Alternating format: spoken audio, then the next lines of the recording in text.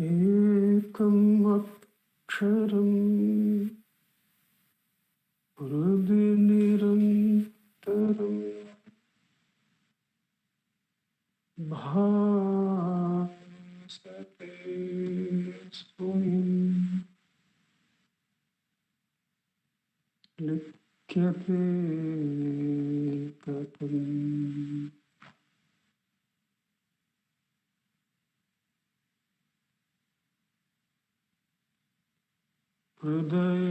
हृदयकुहरमध्ये केवलं ब्रह्ममात्रम्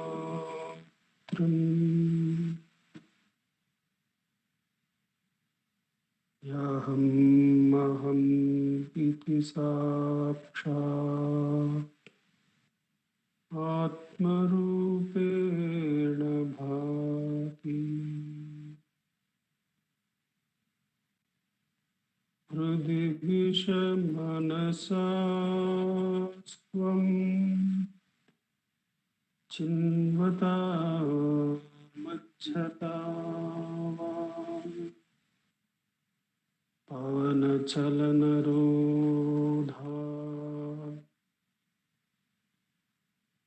आत्मनिष्ठो भवत्वम्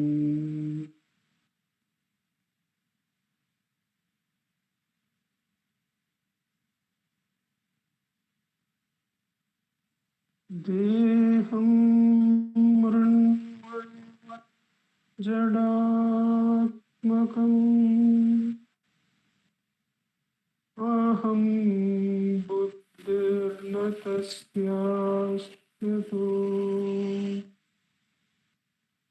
नाहं तत्तत भावशक्तिसमये सिद्धात्मसद्भावः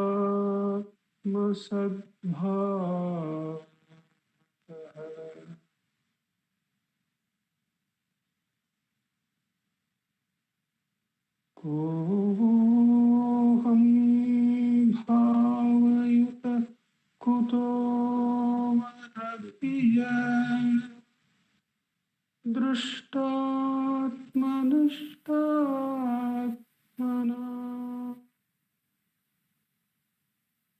सोऽहं स्फूर्तितया अरुणाचल शिवः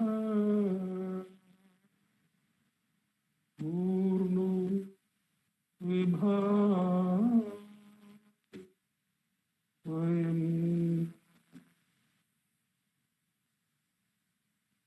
सोऽहं स्फूर्तितया Aruna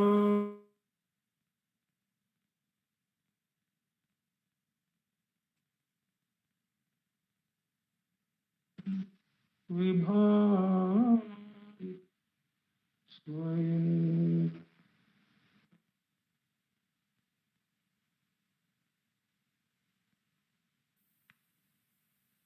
Namo Ramnath. In this, the Thursday Satsang from Ramana Maharshi, the South Bangalore Center. As usual, we will be reading from the work Guruvachka Kovai by Muruganar Swamigal. We will be reading 2 verses. Each verse reading will be followed by a short meditation on its meaning, and that will be followed by a 10-minute practice of Atma-Ucharam. After these 2 segments are over, there will be a summation by our president, Dr. Shardaka, and that will be followed by the chanting of Sri Ramanashtotram by Vaibhavji and Pratnama. We begin our satsang by taking one verse, the first one from Guruvachaka Kovai. We are reading from the segment Meditation on the Truth. There are, of course, 2 other segments, one preceding called investigation into truth, and the last segment being Anubhava or experience of the truth. So this verse today is taken from the subsegment Conduct for Sadhakas, verse number 794. When the sadhaka's efforts result in failure, the benefit of this effort is to make him understand that self-realization can only be attained by the Guru's grace and not by personal exertion, thus preparing the sadhaka to seek the cool grace bestowed by the Guru. When the sadhaka's efforts result in failure, the benefit of this failed effort is to make the sadhaka understand that self-realization can only be attained by Guru's grace and not by personal exertion, thus preparing the sadhaka to seek the cool grace bestowed by the Guru. There is a note from Sri Ramana Sannidhi Murai, another work from Muruganar Swamigal. This is Kirti Tiruvahaval, lines 343 to 346. The lines are like this. The Lord is impossible to attain by any stratagem. Yet, for those who in their minds are clearly convinced that to attain Him is not within their power, who have become wearied by their efforts, and in whom the mischievous antics of the ego have become thoroughly stilled, he will easily fall into their grasp. He is capital, so it is mentioned the Lord will easily fall into their grasp. I'll read both again. When the sadhaka's efforts result in failure, the benefit of this failed effort is to make the sadhaka understand that self-realization can only be attained by the Guru's grace and not by personal exertion, thus preparing the sadhaka to seek the cool grace bestowed by the Guru. The note from Ramana Sannidhi Murai, Kirti Tiruvahaval, goes like this. The Lord is impossible to attain by any stratagem. Yet for those who in their minds are clearly convinced that to attain Him is not within their power, who have become wearied by their efforts, and in whom the mischievous antics of the ego have become thoroughly stilled, Lord or He will easily fall into their grasp. Now, how can a failure be a success? That is the wonder of grace of Bhagavan, where when we understand that He is beyond our grasp, that is when He is in our grasp. The paradox of it is that when we clearly understand, especially when we do the sadhana of whence am I. Now we say there are these two sadhanas in Atma Vicharam, who am I and whence am I. In who am I, we let go of the thought and take the I by putting the light of inquiry on the ego by who am I. In whence am I, what happens is the ego dives deep. By Guru's instruction, it dives deep like a pearl diver, trying to see from where have I arisen, what is my source. It is in this diving that this clarity dawns on us. that it is impossible to measure the depth of the source. That is where the tiredness immediately creeps in. The more sincerely we try, the earlier we get tired, we get wearied, and in that weariness we remain quiet, and that quietness is the feeling of grace. The infinite grace can never be reached by our effort. In fact, does that mean that we should stop effort? There are some uh, pointers from some well-meaning friends that one should be effortless right from beginning. But Bhagavan does not say that. Says that we should make all our effort, and the Lord will at the right time reveal to us that our efforts have to stop here. From here, effort cannot go on. But effort has to be made. For this, elsewhere, Bhagavan narrates the story of the sparrow. How sadhana has to be done by us. It is told by Bhagavan that once a sparrow was shifting its residence from one tree to another. In between lay a stretch of sea, the beach, and while shifting one of its eggs, the egg falls into the ocean. And the sparrow asks the ocean, please give me my egg. And of course, the Samudram doesn't reply. So the sparrow decides, let me empty the ocean and get my egg. The ocean has unfairly consumed my child. So it goes and takes a dip into the ocean, comes to the beach on the sand and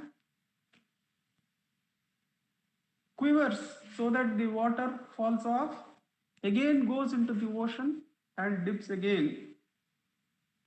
And it is doing this tirelessly because it feels that is how it is going to get back its child. It is sincerely doing that. At that time, probably for the sincerity of its sadhana, the great sage Narada passes by and he calls upon, seeing the travails of sadhana of the sparrow, he calls upon Garuda and says, see, your own kind is struggling like this. How can you sit there quietly? And Garuda comes and asks the sparrow to take rest. Go and be in the beach, I will call you. And it flaps the wings where the egg has fallen. As it flaps the wing, the waters split and the egg is visible, and the sparrow dives in and gets the egg and brings it back to its new nest. And thus the sadhana of getting the pearl, the egg, is completed. That is how sadhana has to be done, says Bhagavan, that we are like that sparrow, trying to measure Guru's grace.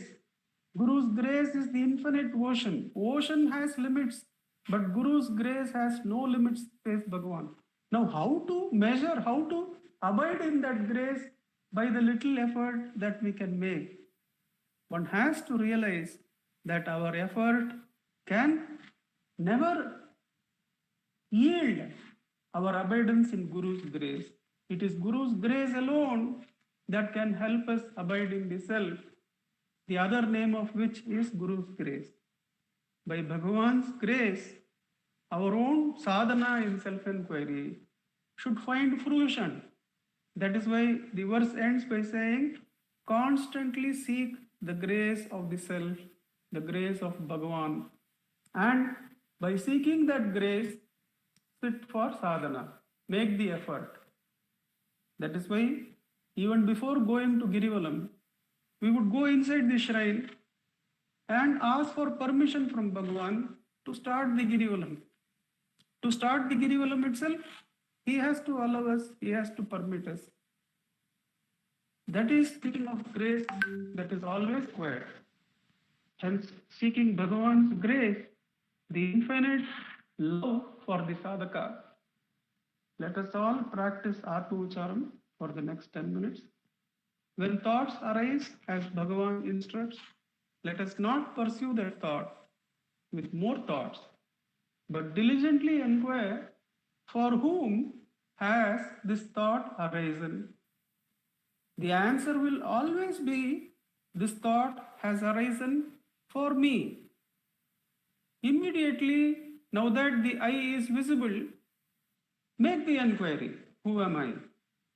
And with repeated practice, Bhagavan assures one gains the ability to rest effortlessly in our nature, which is the limitless grace of Bhagavan, the Self.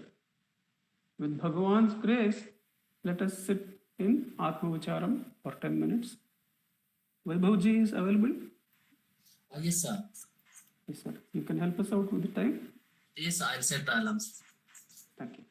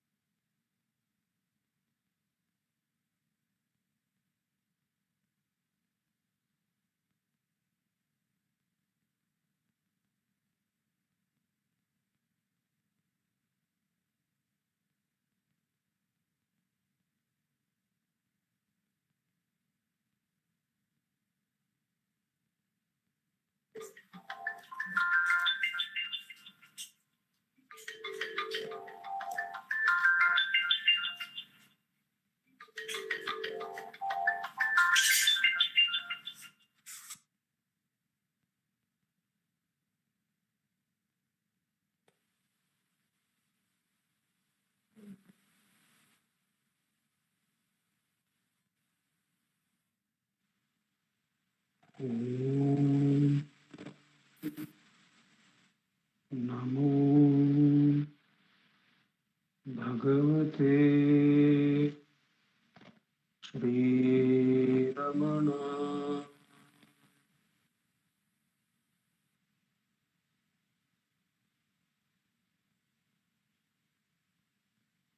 Namo Ramana.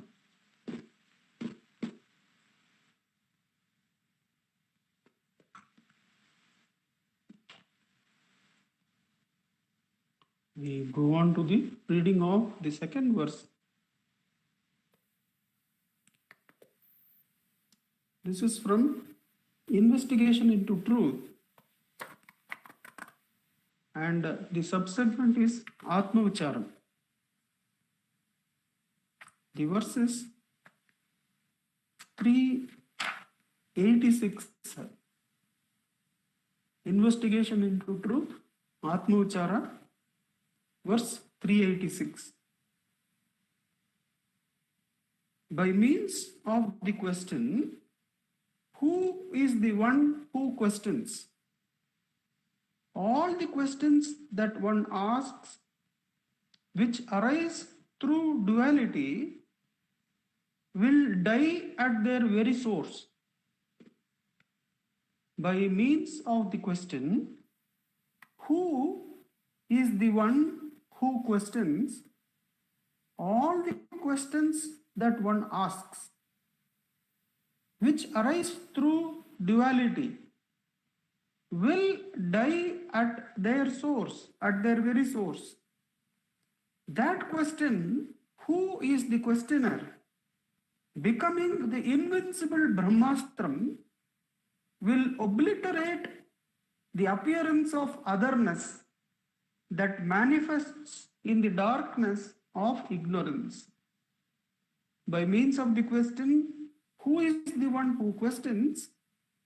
All the questions that one asks, which arise through duality, will die at their very source.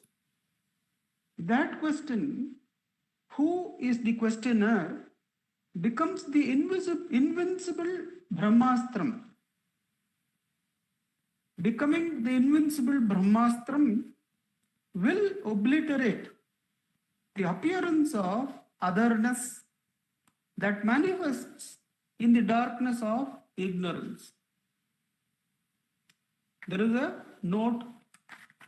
The word Brahmastram, meaning a divine weapon of the gods, was a phrase used by some devotees to describe Bhagavan's habit of responding to questions by saying, who is asking this question? The name originated with Ganapati Muni and Kapali Shastri. Kapali Shastri, this is taken from Saddarshana Bhashya. Whenever a question is put to you, you say, know first who it is to whom the doubt occurs. Does anybody doubt the doubter? Know yourself before you proceed to speak of others, etc. This is a veritable Brahmastra, supreme weapon at your hands to deal with the questioner. He goes on ahead in that question to say, however, I am not satisfied. My mind is not satisfied. You have to give me answers. And Bhagavan goes ahead and explains what is the beauty of the working of the Brahmastram. He says that each time you put this Brahmastram within yourself, the association of the ego with the body reduces, and the association of the ego with the light of the self increases without any reference to the circumstance. Irrespective of the doubt, irrespective of the circumstance, if attention is put on the ego, each time the who am I is asked, Bhagavan says to Kapali Shastri in further answer to that question, he says, each time the quest who am I is made, a little bit of the attachment to the darkness of the inert body is removed, and a movement towards the fullness of light of Brahman is also made. Without a change in the circumstances, already the movement of the sadhaka towards the self is taking place. There is another note which is from letters from Sri Ramanashramam. Bhagavan himself spoke about the origin of this word Brahmastram in letters from Sri Ramanashramam. Yesterday or the day before, a boy of about 18 years of age came here on a cycle from some place. After sitting in the hall for a quarter of an hour, he went to Bhagavan and asked, after crossing Omkara, the sound of Om, where to merge? After crossing the sound of Omkara, where to merge? With a smile, Bhagavan said, oh, is that so? Where from did you come now? Where will you go? What is it that you want to know? Who really are you? If you first tell me who you are, you can then ask me about Omkara. I do not even know that. I do not know that even, said the boy. Then Bhagavan said, you know for certain that you are existent. How are you existent? Where really were you before? What exactly is your body? First, find that out. When you know all that, you can ask me questions if you still have doubts. Why should we worry about where Omkara merges and after it merges? Why worry about what comes next when it ceases to exist? Where do you merge ultimately? How do you come back? If you first find out your state and your movements, we can think of the rest. When Bhagavan said all this, the boy could not give any reply and so went away after bowing before Bhagavan. What other Brahmastram is there against a questioner? If only that weapon were used, the questioner is silenced. You may ask who gave the name Brahmastram to the stock reply of Bhagavan. Find out who you are. 2 or 3 years back, when a sannyasi boasted about having read all books on religious matters and began asking Bhagavan all sorts of questions, he repeatedly gave the same answer. Find out who you are. When the sannyasi persisted in his meaningless questions and arguments, Bhagavan in a firm tone asked him, you have been asking me so many questions and entering into so many arguments. Why don't you reply to my questions and then argue? Who are you? First answer my question. Then I will give you a suitable reply. Tell me first who it is that is arguing. He could not reply and so went away. Sometime later, I, Surinagama, developed this idea and wrote 5 verses on Divyastram and showed them to Bhagavan, calling who am I as Divyastram, and showed them to Bhagavan. When he said, long ago Nayana Ganapati Muni was here, Kapali also used to be here. If they wanted to ask me anything, they would fold their hands first and say, Swami, Swami, if you will promise not to brandish your Brahmastram, I will ask you a question. If during conversation the words, who are you, escaped my lips, he used to say, so you have fired your Brahmastram. What more can I talk? They called it Brahmastram and you are calling it Divyastram. After that, I too started using the word Brahmastram. Really, who is not humbled by that astram? By means of the question, who is the one who questions? All the questions that one asks, which arise through duality, will die at their very source. That question, who is the questioner, becoming the invincible Brahmastram, will obliterate the appearance of otherness that manifests in the darkness of ignorance.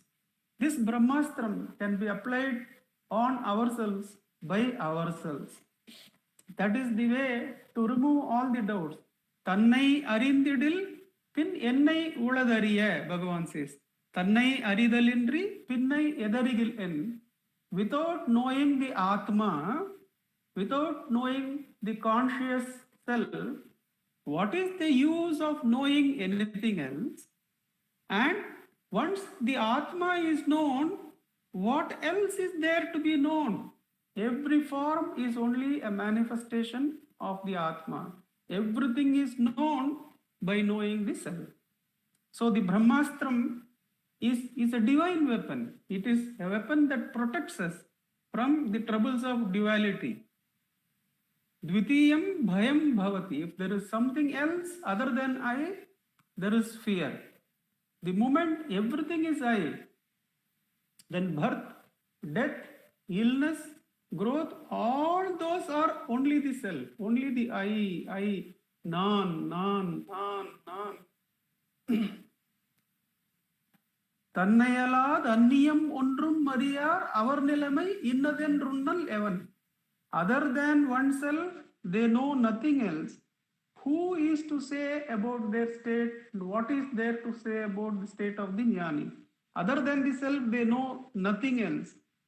So all their fears are gone, and the Brahmastram has taken them to their destination beyond duality, beyond all questions.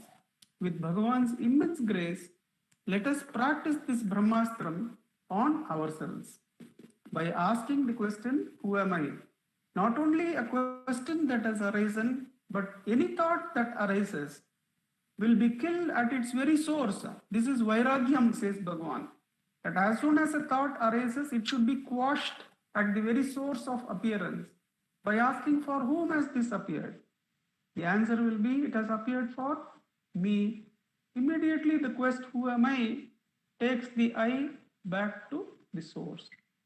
With repeated practice, Bhagavan assures one gains the ability to abide as the self. Till such abidance in the self is realized to be our very nature, the I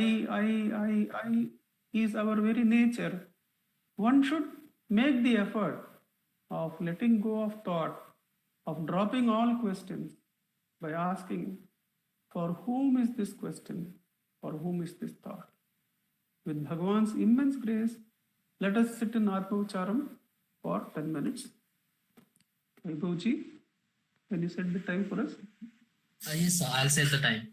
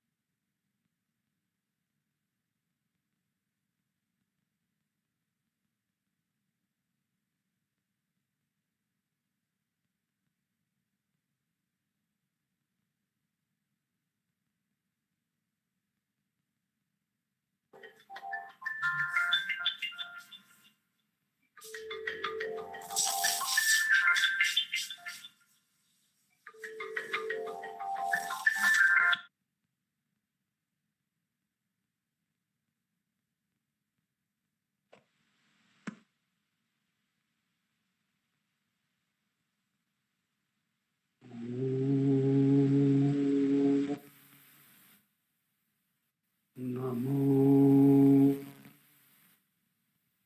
Bhagavate Sri Ramana.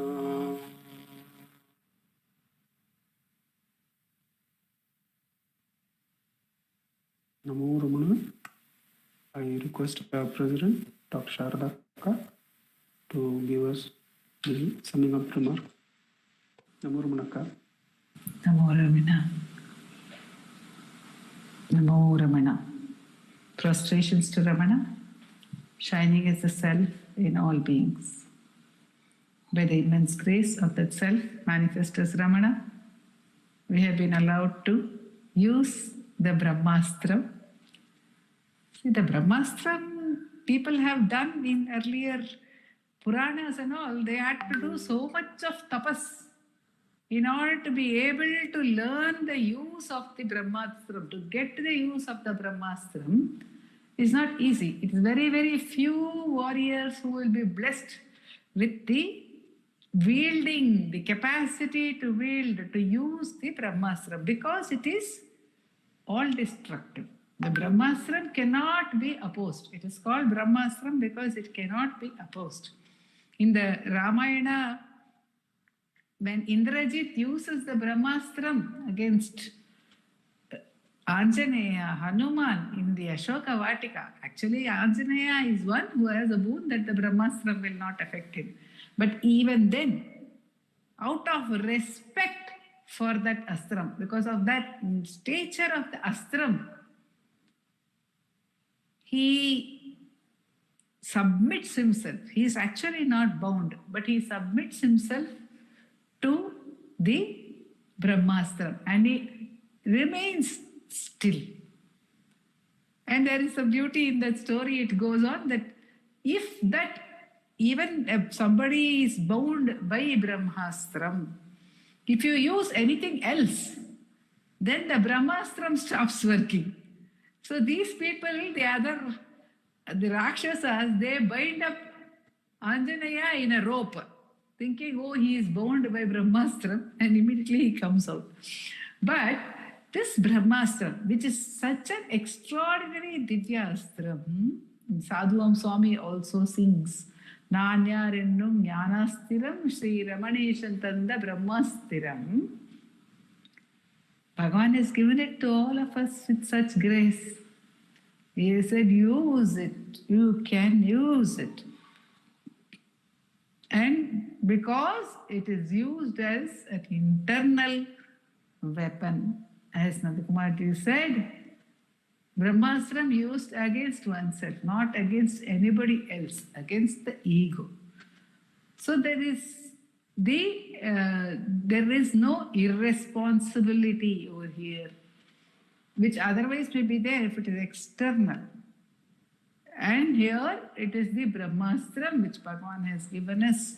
So that extraordinary power he has given to us to be able to free ourselves. There the Brahmastram, the regular Brahmastram will bind, and this Brahmastram frees. So Bhagavan has given it to us. He says use it. And therefore the effort has to be made. Effort has to be made until, as we were told very beautifully in the first answer, we are wary of effort. I often feel the very purpose of effort is to make us realize the futility of effort. And today that was the very sweet answer given by Bhagavan in the words of Muruganar Swami, that when the effort fails, when all effort fails, that's when we recognize that effort is futile. Until then, the mind will keep rising. What is a thought actually? A thought is an effort to achieve something. A thought is a sense that I can achieve something by my effort. If I feel I cannot achieve anything by my effort, where will I have any thought? So it is the feeling I can achieve something by my effort which makes thought to rise up. And if I make any other effort, when I make an effort to counter thought or to get to the source of thought, there are only two ways in which my effort can come to an end. One way is by recognizing that my effort is futile and surrendering. This happens only when the effort is so intense, as the example given by Nandakumarji in the story of the sparrow. When the effort is so intense and so continuous, then one reaches one point where one would recognize this effort is not moving forward. It is not possible for me to get there with effort, and then grace takes over. The other way which Bhagavan tells us is to make the effort of the question, who am I? And because the question, who am I, immediately cuts the very one who is making the effort. So even without reaching the point of becoming tired of effort, right at the very beginning of the effort, right at the very beginning of the rise of thought, right at the very beginning of any even thought of sadhana, the question, who am I, will completely silence the effort by silencing or removing at that moment, the one who is, the very one who is making the effort is rendered non-existent, rendered meaningless by the question, who am I? By the Brahmastram, who am I? When this astram is strong enough in us, when we have actually come to a point of asking the question really, then there can be no further need for even repeating that question. But the practice which Bhagavan has given us to repeatedly ask, who am I, as and when thought arises, is because of the strength of vasanas, the questioning in us, the very asking of who am I becomes weak. And again the I rises as the identity. Again it moves forth as the identity, and thereby it gives rise to thought. So Bhagavan says, repeat the process. Repeat the process. And as one goes on by the grace of Bhagavan, the question, this effort of who am I, Bhagavan says, will swallow itself. It will swallow itself like the stick used to stir the funeral pyre. It will burn itself out. It will get dissolved automatically into the process. So there is one way of making an effort. An effort obviously implies there is a goal, there is something to be reached, and I am making the effort to reach it. When that is the case, the effort has to be ceaseless. Bhagavan says, Santatam Salipara. It has to be ceaseless until a point when it is impossible to make any further effort. One is completely tired out by the intensity of the effort that one has made. Then it is Dhiramillahatil Tedi Undanayan Tiramba Utrain Arul. I am not able to reach you, O Arunachala. I am not able to reach you. I don't have that much of courage. That much of strength I don't have. And it is not possible for me to break the impasse. It is not possible for me to drop this identity. It is not possible for me to hold on until a point. And even in who am I, when one asks that question, then one has to remain in that tentativeness, and one is not able to do it. So again, the thought has arisen, and then at one, sometimes one feels, Bhagavan, it is not possible for me. I am not able to hold to that question, who am I? So you come and help me. I am unable to do it. When we surrender that we are unable to do it, then also there is this absolute stillness which arises, as Nandakumarji told us, that when that surrender happens, that stillness comes automatically and the grace becomes manifest. So it is surrender of effort, either by intensity of effort or the cutting away of effort by the power of that, only that question, who am I? Because every other effort has to be carried on till a point of the effort coming to a halt. It has to be carried on, like Pujaji did the mantra. Day and night he did the mantra. With every breath he did the mantra until the mantra came to a standstill. And then too he had to understand from Bhagavan that it had got absorbed. So that kind of effort is required. In who am I?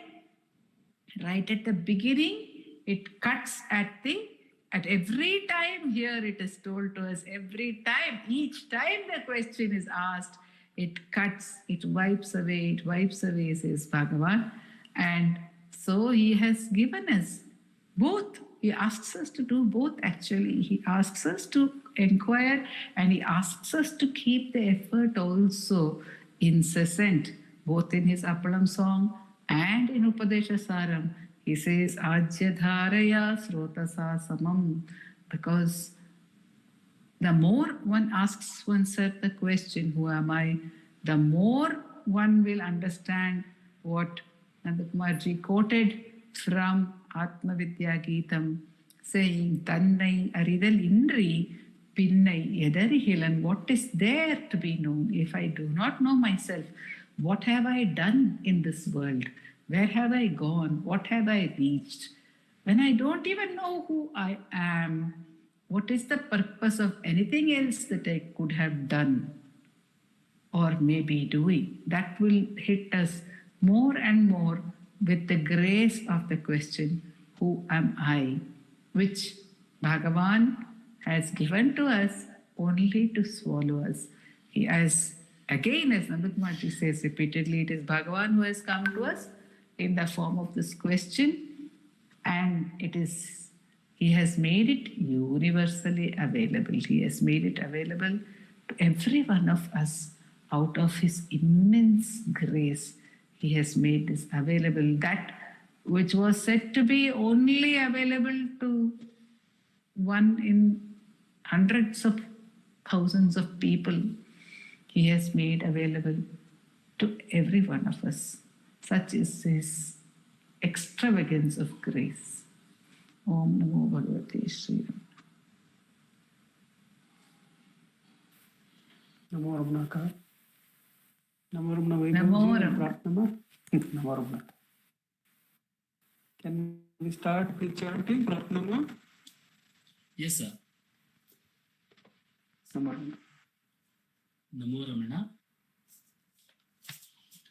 Bhardwaj Vishwanath विरचितम् Shri रमणाष्टोत्तर शतनामावलिः अपार सच्चित् सुखवारिराश्ये यस्योमि मात्रं भुवनं समस्तं गुहाहितं तं रमणं गभीरं चिन्ताविहीनं हृदि चिन्तयामि ॐ महासे नमः Shane जाताय नमः ॐ श्रीरमणाय नमः ॐ गुरवे नमः ॐ अखण्ड संविदाकाराय नमः ॐ महौजसे नमः ॐ कारणोद्भवाय नमः ॐ जगद्दितावताराय नमः ॐ श्रीभूमिनाथस्थलोस्थिताय नमः ॐ पराशरकुलोत्तंसाय नमः ॐ सुन्दरार्यतपःफलाय नमः ॐ कमनीयसुचारित्राय नमः ॐ सहायाम्बा सहायवते नमः ॐ शोणाचलमहोलीनमानसाय नमः ॐ स्वर्णहस्तकाय नमः ॐ श्रीमद्वादशान्तमहास्थले नप्तविद्योदयाय नमः ॐ महाशक्तिनिपातेन प्रबुद्धाय नमः ॐ परमार्थविदे नमः ॐ तीव्राय नमः ॐ पितृपदान्वेषिणे नमः ॐ इन्दुमौलिना पितृमते नमः ॐ पितुरादेशतः शोणशैलं प्राप्ताय नमः ॐ तपोमयाय नमः ॐ उदासीनाय नमः ॐ महायोगिने नमः ॐ महोत्साहाय नमः ॐ कुशाग्रधिये नमः ॐ शान्तसङ्कल्पसंब्रह्माय नमः ॐ सुसङ्ग्रशे नमः ॐ सवित्रे नमः ॐ स्थिराय नमः ॐ तपः क्षपित सर्वाङ्गाय नमः ॐ पुल्लाम्बुजविलोचनाय नमः ॐ चन्द्रिकासितः श्रीमण्डिताननमण्डलाय नमः ॐ चूतवाट्यां समासीनाय नमः ॐ चूर्णिताखिलविभ्रमाय नमः ॐ वेदवेदान्ततत्त्वज्ञाय नमः ॐ चिन्मुद्रिणे नमः ॐ त्रिगुणातीताय नमः ॐ विरूपाक्षगुहावासाय नमः ॐ विराजगचलाकृतये नमः ॐ उदितनयनाय नमः ॐ पूर्णाय नमः ॐ रचिताचलताण्डवाय नमः ॐ गम्भीराय नमः ॐ परमाचार्याय नमः ॐ सुप्रसन्नाय नमः ॐ अभयप्रदाय नमः ॐ दक्षिणास्य निभाय नमः ॐ धीराय नमः ॐ दक्षिणाभिमुखाय नमः ॐ स्वराजे नमः ॐ महर्षये नमः ॐ भगवते भगवते नमः। ॐ ईड्याय नमः। ॐ भूमविद्याविशारदाय नमः। ॐ विमलाय नमः। ॐ दीर्घदर्शिने नमः। ॐ आप्ताय नमः। ॐ ऋजुमार्गप्रदर्शकाय नमः। ॐ समदृशे नमः। ॐ सत्यदृशे नमः। ॐ सत्याय नमः। ॐ प्रशान्ताय नमः। ॐ अमितविक्रमाय नमः। ॐ सुकुमाराय नमः। ॐ सदानन्दाय नमः। ॐ मृदुभाषिणे नमः। ॐ दयार्णवाय नमः। ॐ श्रीशुगुणाचलस्कन्दाश्रमनिकेतनाय नमः। ॐ सद्दर्शनोपदेष्ट्रे नमः। ॐ सद्भक्तवृन्दपरिवृताय नमः। ॐ गणेशमुनिभृङ्गेन सेविताङ्घ्रिसरोरुहाय नमः। ॐ गीतोपदेशसारादिग्रन्थसञ्चिन्नसंशयाय नमः। ॐ वर्णाश्रममतातीताय नमः। ॐ रसज्ञाय नमः।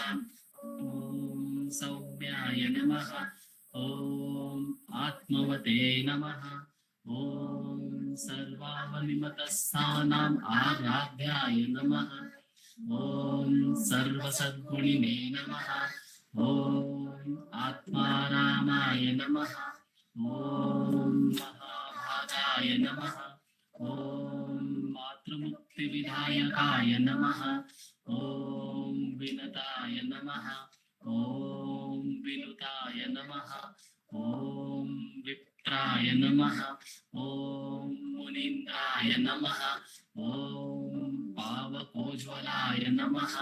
ॐ दर्शनादरसंहारिणे नमः। ॐ मौनेन स्वात्मबोधकाय नमः।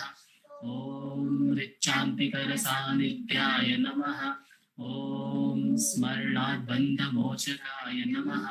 ॐ अन्तस्तिमिरचण्डांशवे नमः। ॐ संसाराणवतारकाय नमः। ॐ शोणादृशस्तुतित्रश्रे नमः। ॐ हार्दविद्याप्रकाशकाय नमः। ॐ अविच्युतनिजप्रज्ञाय नमः। ॐ नैसर्गिकमहातपसे नमः। ॐ कमण्डलुधराय नमः। ॐ शुभ्रकौपीनवसनाय नमः। ॐ गुहाय नमः। ॐ दण्डपाणये नमः। ॐ कृपापूर्णाय नमः। ॐ भवरोगविषक्वराय नमः। ॐ स्कन्दाय नमः। ॐ देवतमाय नमः। ॐ अमर्त्याय नमः। ॐ सेनान्ये नमः। ॐ पुरुषोत्तमाय नमः। ॐ श्रीरमण भगवते नमः। श्रीरमणाष्टोत्तरशतनामपूजां समर्पयामि। यस्थानो अरुणाचलस्य पदयोः स्मृत्याजनिं प्राप्यत दिव्यानुग्रहसुप्रवाहविवश सादात्म्यभावङ्गतः ऋन्निष्ठस्वगभीरनित्यतपसा लोकान् पुनासेकरात् तस्मै श्रीरमणाय ते नम इदं लोकोत्तरज्योतिषे। ॐ नमो भगवते श्रीरमणाय।